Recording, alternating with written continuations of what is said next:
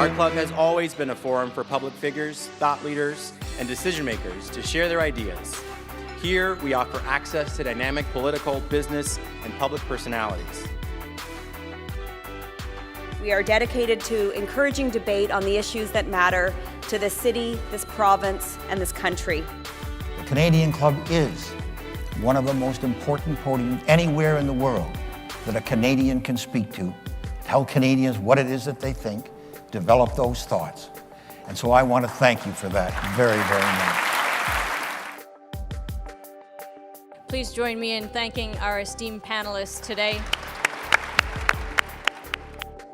Through our programs and events, including our youth and young leaders programs, our diversity partnerships, our joint events, and our media and social media opportunities, we offer you access to dynamic political, social, and business figures from abroad and right here at home.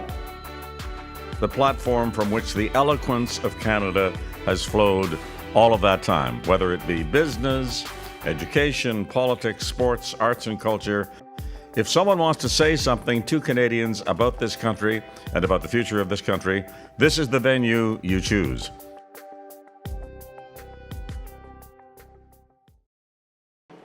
Hello, everyone. My name is David Simmons. I'm president of the Canadian Club Toronto, and I'm your host for today's event. We're very happy to welcome a physically distanced, fully vaccinated group of Canadians to our third in-person event in our 125th season. And what a room it is that we have gathered here. We have cabinet ministers, we have mayors, we have city councillors, deputy ministers, consuls general from all around the world, here to hear from two great leaders in our transportation business. Thank you for being here today. We're delighted also to welcome hundreds of guests online, joining us virtually to partake in this conversation. We appreciate you taking the time to be here as well. As you watch today's event, please engage with us on social media. Hashtags are appearing on your screen if you're online. They're also on your table if you would like to look at the cue cards. You're about to learn more about how Bombardier is redefining its mission and vision and what role Ontario is going to play in driving the company forward. Ontarians have a lot to be excited about today. Many great insights will be shared during the fireside chat. I'm sure many of you will have questions. If you're in the room, you can note them on the Q&A cards on your table. We will collect them during the address and share them with the moderator. For those of you joining remotely, we invite you to hit the Submit a Question button on the right side of your screen. It's been a while, and questions will be shared with the moderator. Let me acknowledge today's sponsor, TD. We appreciate your generous support. Without the support of you and sponsors like you, the Canadian Club would not be able to exist. Robust conversations happen because of your commitment to us. So thank you. And please join me in welcoming Mr. Bob Durance, Executive Chair, TD Securities, to formally introduce our speakers. Welcome, Bob.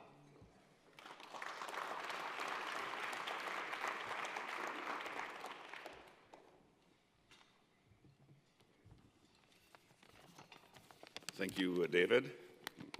I too can do squeen. So this will be brief. And just so I'm introducing both Eric and Deborah. So we'll do Eric first because he's going to be speaking, and then Deborah and Eric are doing a Q&A session. So welcome all to the Canadian Club Toronto. It's great that everybody is here, and David's very enthusiastic about how we continue to do this, and that's good. I'm very happy to be able to introduce Éric Martel, President and CEO of Bombardier, and Deborah Flint, President and CEO of the Greater Toronto Airport Authority. I've had the pleasure of meeting Éric when he joined Hydro-Quebec in 2015. I watched and as did everybody, certainly a few were in the province of Quebec, but probably outside the province of Quebec as well, as he provided very strong leadership to that organization and laid the foundation for Hydro-Quebec's fairly exciting announcements more recently in New York and in New England. Éric joined Bombardier in March of 2020, or maybe April. He was telling me the same day World Health Organization declared the global pandemic. Same day that Premier Legault announced that they were doing a shutdown in Quebec. So I don't think there was no correlation, Eric, just one of those timing things. But he has extensive experience in engineering, aerospace, and history with Bombardier. He came from Bombardier to Hydro-Quebec. So after 5 years at Hydro-Quebec, he's returning to his roots, and I think that's been very critical.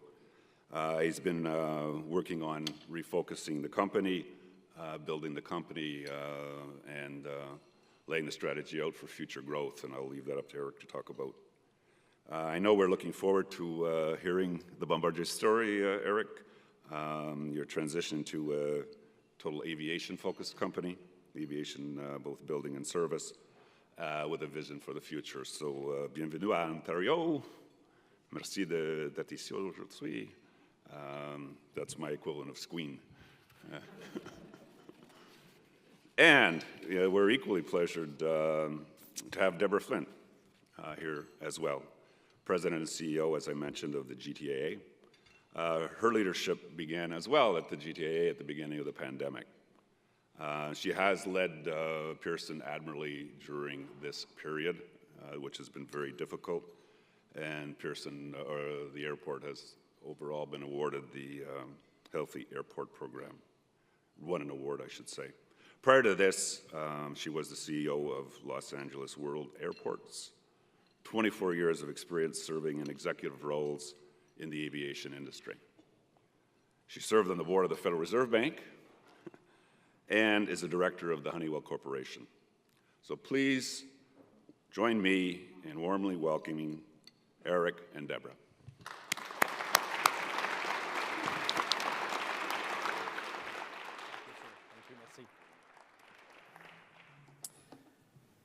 So good afternoon, everyone.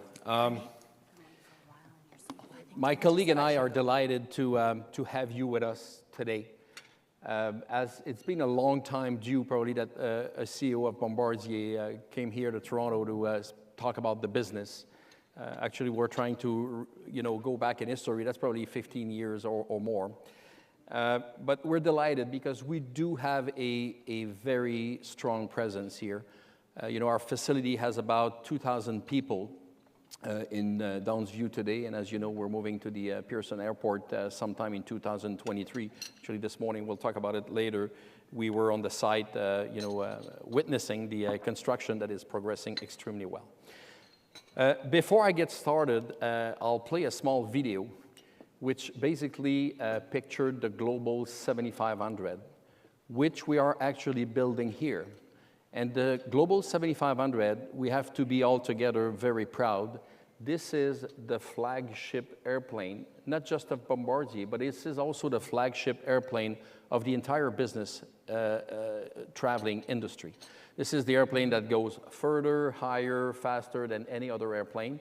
It is a 4-zone cabin. So I'll show you the video, and then we'll definitely get through the presentation. So.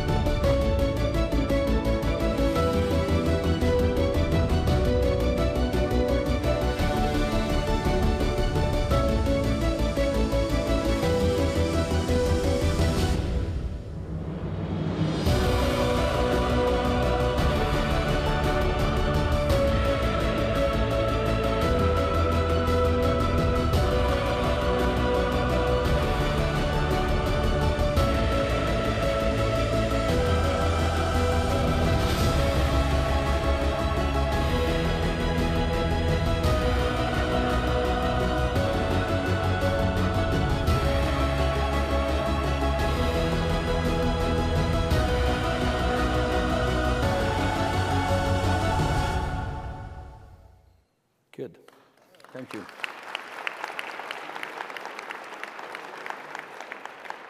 We should all be very proud.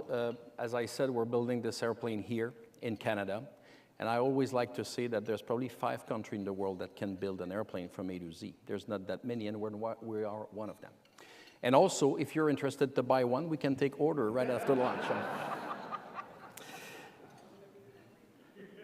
Good. So I think it's important, we did a major restructuring at Bombardier during the pandemic.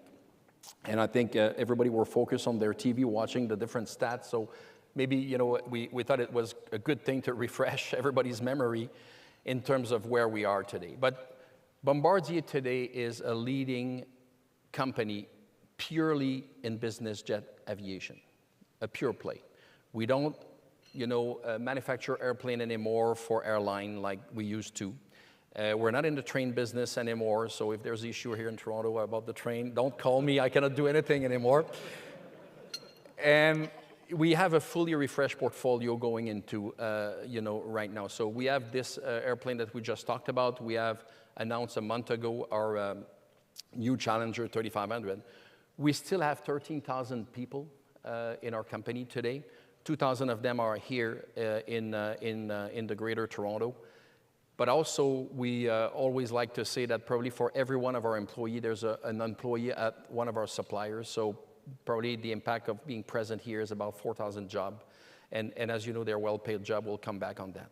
We have also 5,000 business jets, flying everywhere in the world. So we show our product, not just in Canada, in the US, of course, we show our product everywhere. If you go to Africa, if you go to any country in the world, you will see where we stand. We're a company of about $5.6 billion US because our numbers are in US, and we're growing to $7.5 billion. I'll get back to that in US also by 2025, and with the ambition of having an EBITDA at 20%. Just maybe rapidly, these are the results we announced last week. This was our third quarter. So as you can see, our revenue have grown from $1.2 billion to $1.4 billion. We're taking out 0.2 here because this is business we don't have anymore. But the most important piece is the EBITDA. So our profitability went from 84 to 142 million, which is about 9.8%. And our ambition is to grow this to 20 by 2025. But also, our free cash flow usage. This was a big challenge for a company, our balance sheet. And we've addressed it. We've paid down $3 billion of debt since the beginning of the year, and we have clear goals, over the next few years. But we, as a company, are generating cash now. So this is something that we were probably planning to happen more next year, but I can probably claim right now we're ahead of plan. So first, we've been executing our plan perfectly. I have to say my team has done an amazing job, and also right now we are getting tailwind from the market. A lot of people today that cannot fly a segment because an airline has canceled a segment, or they want to fly more safely. They are trying and enjoying actually flying on a business jet. Which leaves at the moment you want. You're going to be with your family alone, safer. So clearly we've seen a lot of people. Fleet operator, which is a lot of our customer, our fleet operator like NetJet that Warren Buffett owns, it is an airline. They have 550 business jet flying all around the world. They're just one example. We have 3 big customers that are in that similar situation. But they've seen their customer list growing by 35 to 40% because people are now adapting this new model of traveling with a business jet. So interesting picture and good timing for us as we were basically restructuring our company. We still have a global presence. I won't go through all of them, but we are significantly growing also our service business.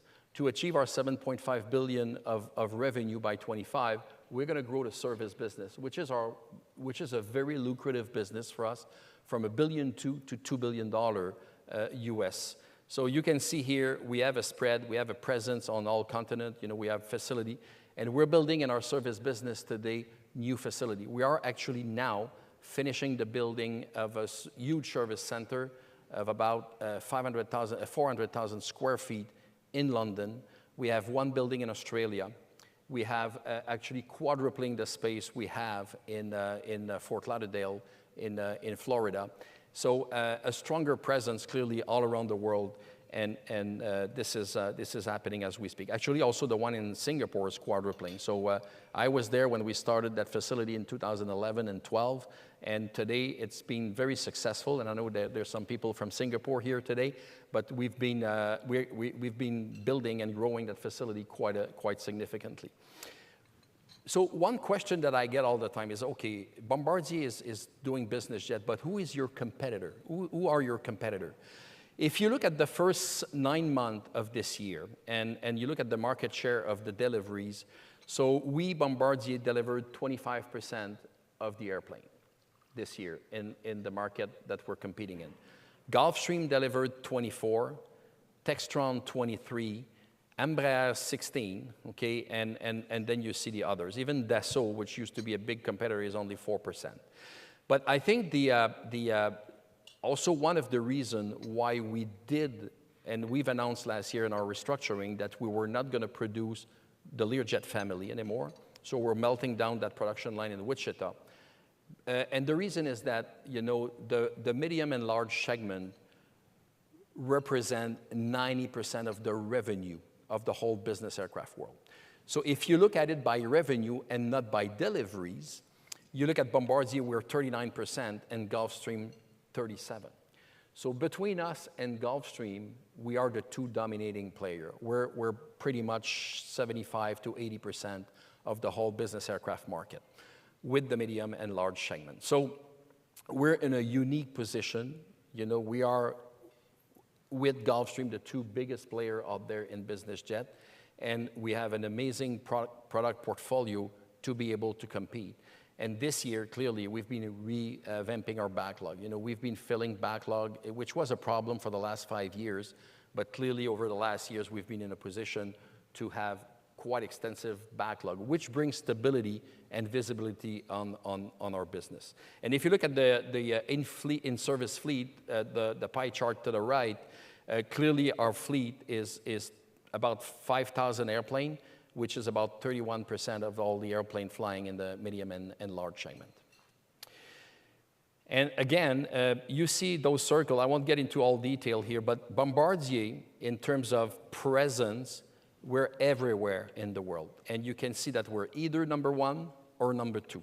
So if you look at North America, clearly, you know, this is, you know, Gulfstream is our biggest competitor, but we have 32%, you know, of the fleet, and our competitor has about 34%. So we're number two. But, you know, this is U.S. territory where the biggest market is, and Gulfstream is in the U.S. So, and but we're only 2% behind these guys in North America. If you look at Europe, we're number two also, and this is Dassault's territory, of course. So they have 34%, we have 33%. So despite that, you know, we're not European and we're not American, we've been very, very close in those two big markets. And then if you look around the world, Russia, Latin America, Africa, Middle East, and Asia Pacific, we're number one. So a very strong presence of being number one or number two all around the world and representing our country. This is our plan, basically in number, and this is where we want to bring this company. And our plan right now, as I mentioned, is we're actually a bit ahead. You know, not to a point where we will think about changing target, because the target, you know, the market can also change, but we are feeling very confident that we can achieve our business growing from 5.6 to 7.5 billion. And look also at the spread of revenue. Our service business, which is about 18% of revenue today, will grow to 27%. And this is a very resilient business. Even if there is a downturn or something, we will have a business that, you know, still generate, you know, revenue and profit. You see our EBITDA. This year we guided for something a bit more than 575. We're clearly in a good position to achieve better than that, but we're targeting $1.5 billion by 2025, and all the actions and the game plan, you know, to achieve that is actually delivering right now. I think one thing that we need to position our company to extremely well, and last week we published our first ESG plan. And we have clear goal, and they're not like in 2060, they're in 2025. So, most of us will be around to witness us achieving this, and we feel pretty comfortable. We want to reduce our green gas emission by 25% as a company. Actually, the new site we're going to have here in Toronto is reducing green gas emission by 50%. So moving from the actual site to the new site will give us 50% reduction in green gas emission. We want to reduce lost time accident for our people. We want to have more women in management. Today we're at about 24%. We want to be greater than 30. So we're definitely working hard. And I have Dan Branham here, our VP HR, supporting and leading us through that. And of course, employee engagement. The employee engagement was difficult at Bombardier. We've been through some tough years. And clearly, I think if you want to be successful, you need motivated people that are engaged. And I always say that the 13,000 people that we have, if they are well informed and feel good about the company, they're the best ambassador that we can have out there to talk about our company. So this is a bit the game plan for the next 10 years. Clearly, the job that we have, also I mentioned that 2,000 jobs here in Toronto are usually very well paid. 85,000 on average is the salary our people are getting. So our investment in R&D also over the last few years have been massive. And when our industry develop a new program, which we will eventually do, there's nothing announced right now, but eventually we'll need to develop new airplane. Those are substantial investment that need support. But we are working and thinking about this, assessing what our competitors are doing, but eventually we'll get there. And we've patented since 2010 almost 300 new inventions that do belong to us. If you look at the new Pearson facility, so this is, first of all, we're extremely proud. This is a Bombardier-funded project, 100%. This is a 400 or, if you prefer, $500 million Canadian for a new state-of-the-art facility. We're going to be producing all the global product, what we call the green airplane, and then the interior finishing is done in a completion center in Montreal. This is 42 acres of lease at the Pearson facility, and this is long-term. So our commitment today to this community is not just, for the next 5 years. We have a lease until 2056, so we'll be around for a long time, and with the job that, of course, it brings with it. So, and clearly, just our annual spend on material from this facility is about $2.5 billion US every year. So that's quite substantial in terms of, and the 2,000 job, I already talked about that. So that's what it is. And on the sustainability, actually, I mentioned the lower GHG emission by more than half. This is going to be reducing water use. This is going to be 10% reduction in lightning costs. So there's a lot of benefit of this new facility that also we're going to be bringing forward. So let me play, I think it's the next one is the video. So if I'm not mistaken, this is a video of our Challenger 3500 that we just announced.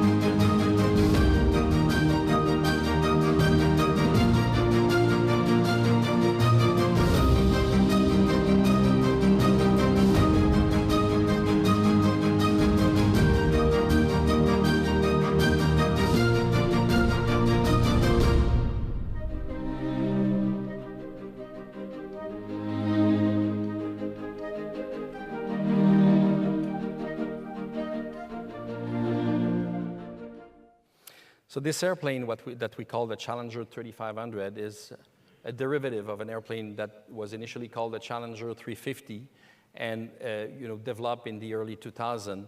But this is also something very important for Bombardier to be able to refresh its product line on a regular basis. So, and we're famously renowned having the best interior, and I always like to tell my team the interior is the most important thing, because the guy that buys the airplane is sitting in the back most of the time. Some are pilot, but it's a minority. So the interior on this one is amazing, and we got a good response. We launched it, I think it was September 15, 14, something like that. We were at the Las Vegas Air Show a couple of weeks ago, and that airplane actually is selling extremely well, since we launched it in September. So we're in a good place. So thanks for listening to me. Now I'm going to go and answer the difficult question that Deborah has for me. Yes. When am I getting a ride on that new Challenger? It looks fantastic. Welcome. Thanks. It's great to see everyone here. With Eric, I feel like we're a dynamic duo, Eric. It is. What we represent, when we think about it, very few countries can boast in the way that you just have. Number one, the ability to fully manufacture aircraft within a country. And then, of course, for Team GTAA and Pearson Airport, very few countries have an airport that is one of the top gateways to their continent. So, we have something that really is the envy of cities and countries around. And I think Mayor Crombie also is the envy of many mayors because of the way she has championed aerospace in Mississauga. So we have a lot to be proud of as we sit here this afternoon. We know that the intersection of the jobs that are created, the reputation and the legacy that aviation has really strengthens economies. So we also know that it's very competitive out there. At Toronto Pearson, we're very focused on creating the airport of the future. So I'm interested to hear from you, Eric. What does the future of the aerospace industry look like? I think our industry is clearly under transformation right now. I don't know if we're going to go back to what it used to be. I doubt. Our industry, if I speak about Bombardier, we're a pure play business aircraft company today. We clearly see this capability for us to grow significantly. I was talking about the fleet operator today that managed that, but I think our industry is going to be different. I think it's good for us, our presence here in Toronto. I think if the business business aircraft market is still progressing, now that we are going to be at the Pearson Airport, I think this is going to bring traffic. This is going to bring people. And it's not just about the job. We bring people in the hotel. Pilot come in here to inspect their airplane and do different things. So I think it's important that we do realize as a nation, though, that we have an industry that is, and we should not take it for granted, because other countries are trying very hard, and very capable country. Not to mention Japan, not to mention China. They've been trying for years to build an airplane. And I need to mention Russia too, but it's been challenging. So we can do it from A to Z. This is a skill set that we have in this country, capability. So we should definitely make sure we preserve it, as I think the demand overall will continue to grow, as there's more people. So but I think people will expect a different experience at some point. And I think we have to be mindful of that. We have to always tell my team, most important thing is to listen to the customer. What do they want? What do they anticipate? It's interesting about amongst a group of experts to have the conversation, but what are they looking for? And I think our industry, private aviation, brings new way of traveling, more on time, more choice, offer more flexibility, and clearly a safer way to travel if you travel with your family. So. You mentioned that Bombardier is making this investment into the facilities here, 500 million Canadian dollars. So, how do you think about the ecosystem and what it needs to do to support that investment paying off by spades. We know that government doesn't always need to come to the table with money, right? There are other ways that governments can support. What have you seen elsewhere around the world that has provided that competitive advantage that you would like to see happen here in Canada as well? I think sometimes the entire system, as you said, around having schools. We're going to face a major challenge here. We're staying in the Greater Toronto area, but we have about 50% of our employees today that are 55 years old and up on the shop floor. So our plan right now is to work with the different local schools to get younger people to join this industry. So I think from a government point of view, having their support to make sure that these schools exist, to make sure that we are promoting our industry within the school so that we can attract people is very important. And I think we always have to watch what the other countries are doing. We want to make sure that our industry, which is very unique again, could be competitive. My main two competitors right now are Gulfstream and they are Dassault. And if you look at the type of government support, it takes different forms. Some of them, it's very much by military investment. So they can develop a new cockpit from a military application and just use it eventually to compete with us. We don't do that. I have to develop it, spend millions and hundreds of millions of dollars to do the same thing. And same thing, with Dassault in France. They have a fighter division, they have the Falcon, but clearly their government is very supportive. Last year, they sold 15 airplanes. The government purchased 8 of them. So that's the industry we're in, and last year was a bit of an exception, clearly, for the reason we know. But I think it's important for our government to watch also what kind of support they're getting so that we are not, in a position, a weaker position to compete with these guys. Well, and let's think about the challenge that's right in front of us as an industry as well. Yesterday, the United Nations Conference on Climate began, right, the COP26.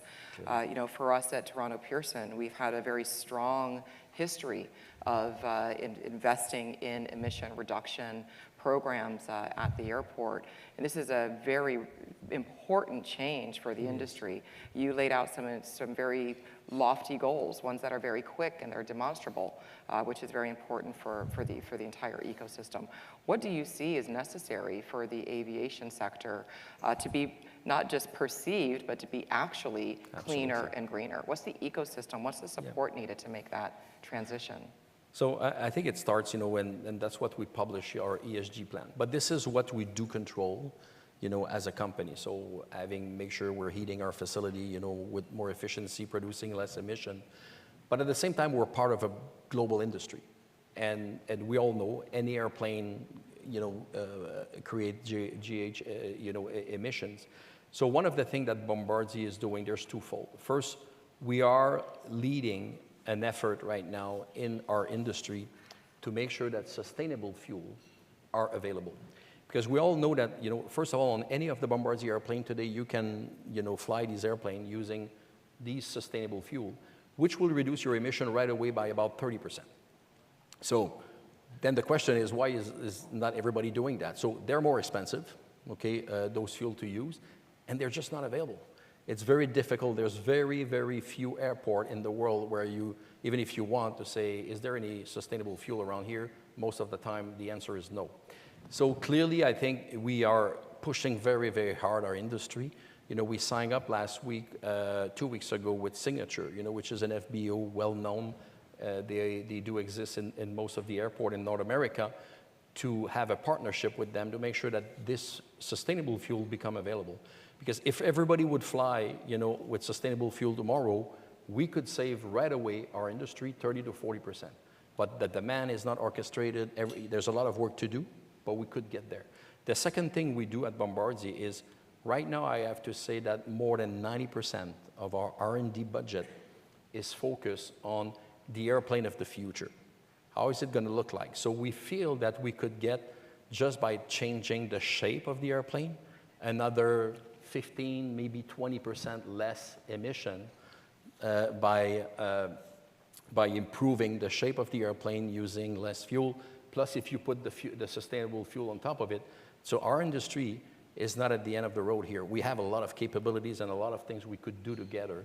So there's things that we perfectly control ourselves, but there's things we don't, but we'll clearly play a leadership role to influence that. Yeah, it's exciting times. Toronto is. Pearson, we are a signatory as part of the United Nations to their Clean Skies Initiative, and we'll sign that agreement as part of the Glasgow meetings over the course of the next few days. And it's a commitment to sustainable aviation fuel, right? Drop-in capabilities, but I think that's a message to all of the leaders, business and government that are here today, that in order for the industry to continue to thrive and to create hundreds of thousands of jobs, we do have to solve for that sustainable aviation fuel. And it's a ripe and open field for that to happen. So, certainly encourage everyone to think about that. On the aircraft side, one of the questions that came in is, what about electric planes? Do we see that in the future? Mm-hmm. So, it depends what airplane we're talking about. So if you feel of an airplane that can, I don't know, fly 100 miles, then I think we could see a fully electrical plane.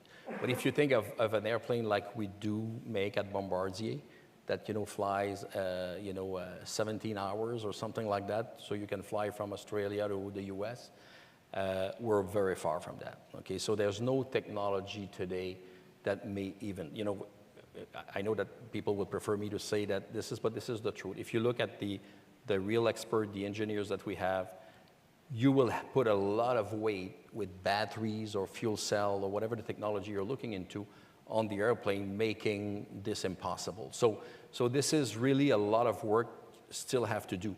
But again, I think that if every industry in the world are thinking about reducing emission by 30 to 40 to 50%, like we could do today probably with existing technology, or we're very close to, that will be a long way. We will go a long way. So we can try to hit the home run and try to go to zero, but I think we're many, many, many years away from that, having an engine that can take off, the extra weight powered by pure electrical. There'll be a lot more electrical. When I was talking about an airplane that can probably take maybe 17, 20% less, I'm not talking even about the engine here, just the airplane itself, and there is more electrical. So there is system already today that are more electrical. But if people think of an airplane that is 100% electrical with engine, then we have a lot of R&D to do before we get there. No doubt. And there's so many tools that we can put through this as an industry, Really? right? So in addition to the type of aircraft, it's more efficient, it's quieter, right? The flight paths are also getting more efficient through investments that we're making in the airspace. And we have some exciting new aircraft procedures that are coming into Toronto Pearson that are highly more efficient and save a lot of fuel as well. So that's pretty exciting. So let's talk about leadership and people as we come down to the end of our time. We both started leading iconic Canadian companies right before COVID. What timing on our part, our dynamic duo situation. One of the last projects that I did at LAX as part of a $15 billion modernization was to purchase a Bombardier train. Wow. And so that will be serving LAX, and I know they're not calling you now that Bombardier is a pure play aircraft. I changed my number, just in case. I know, yes. But so as leaders, whether it's in our former lives or current lives, this is a time about really leading transformational change. And it's very challenging. In the heart of a crisis, it's somewhat easier to impress upon our teams how important transformational change is. But as we emerge out of this crisis, it might be more challenging. What do you anticipate your headwinds are ahead of you? But clearly, we went through the major restructuring. It was a difficult year. The last couple of years for our employee were very demanding. We are now in a different place. So the fact that the company is in a better place, I can feel it right away. I was walking one of the factory last week and the week before, and the employee are saying, it's great. We're happy to win again. So that's the first thing, and we're making tremendous effort to communicate with our employee. We did our earnings call last week. Yesterday, I did a French and an English, session of explaining to the entire management, which is probably 700 people in the entire company, what the results were. We give them Q&A. We're trying to be present. So I think people, are happy with where we're going. There's a lot of question mark right now, and they are concerned about, how will we deal with the return of the employee? Will we ever return? So there's a bunch of question out there, and we're in new territory altogether. So, we feel that we're going to have to be, I always think that listening to our people is the best thing. We're doing it. We're doing a survey actually right now, plus whatever we hear every day about how they feel that return should happen. A lot of them say, I want to come into work. Some of them say, I enjoy it a lot. So it's going to be probably a bit of an hybrid solution. How do we deal with vaccination will be, so this is a bit the short term. But I think if you look longer term, we really, and you saw we have a clear target of engagement, measure engagement in the organization. And we say often engagement, but it's also enablement.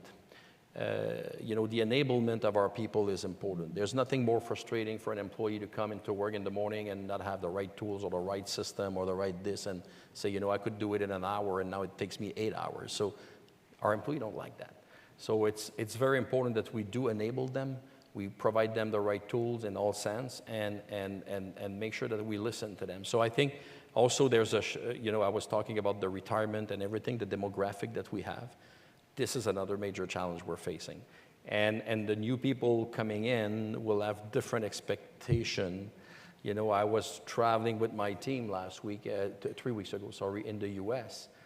And we have the same phenomenon. This is our service center. We need to attract new people, but they have different expectation. They're less interested about the pension fund, but they want to have better wage.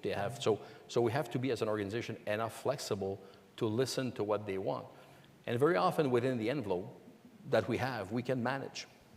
But it's just about a flexibility. And sometimes big company like ours, are very, say, oh, this is the way it works. It's been working like this 25 years. But I think we're going to have to change as leader our attitude and be more flexible also. Right. And the last question, we know that share owners in particular are very serious about ESG, and you referenced that. Some of the conversation we just had is around that.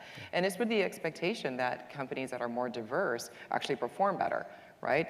Analysis is so critical in the types of decisions that companies like ours have to make.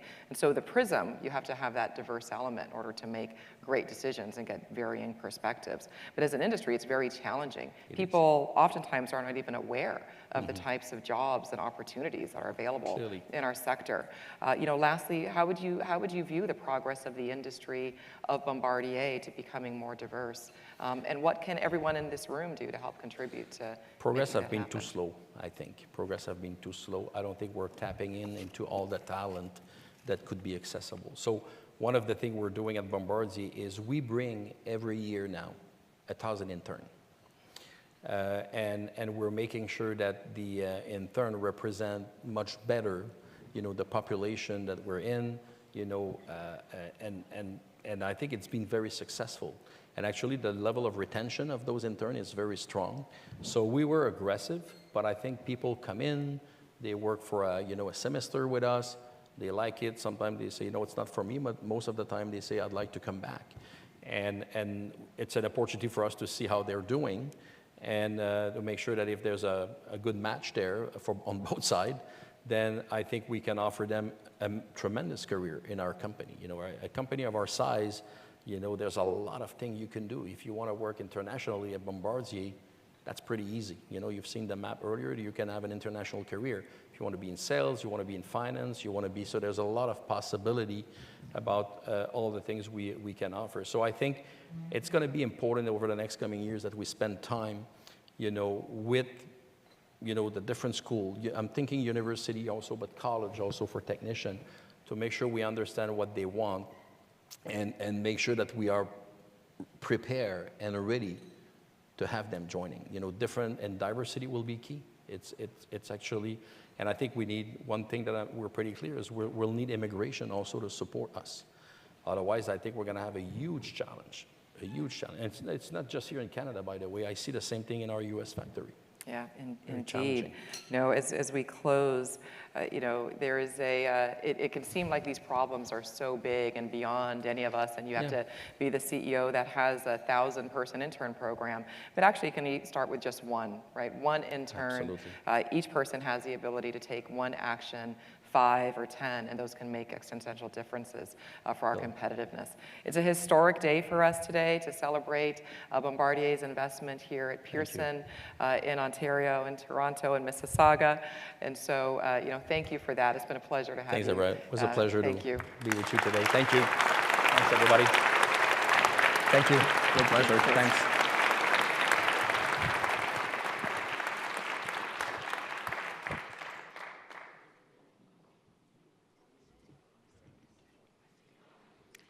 Thank you very much, Mr. Martel, Ms. Flint. I'm Amanda Galbraith. I'm a director with the Canadian Club of Toronto and also a principal at Navigator. I'm going to borrow Deborah's words, and I think certainly they were a dynamic duo today. I had the pleasure of seeing them this morning as well at the event, and I must say, if you haven't taken a look, it's all over the news, but it is huge, it's impressive. The fact that Bombardier is here today to say they're investing $500 million in Mississauga and Toronto and the GTA, that those jobs are here to stay, I think is an important thing for our recovery as a country. It's a recovery, as a region, Ontario, and I for one was thrilled and loved the discussion we had. So that's fantastic. And also Deborah, I know she's a new leader here in the GTA. We're gonna hear a lot more from her, I think. And I think a big part of Ontario's recovery is a strong GTAA, it's a strong Pearson. So something we'll be looking forward to as well.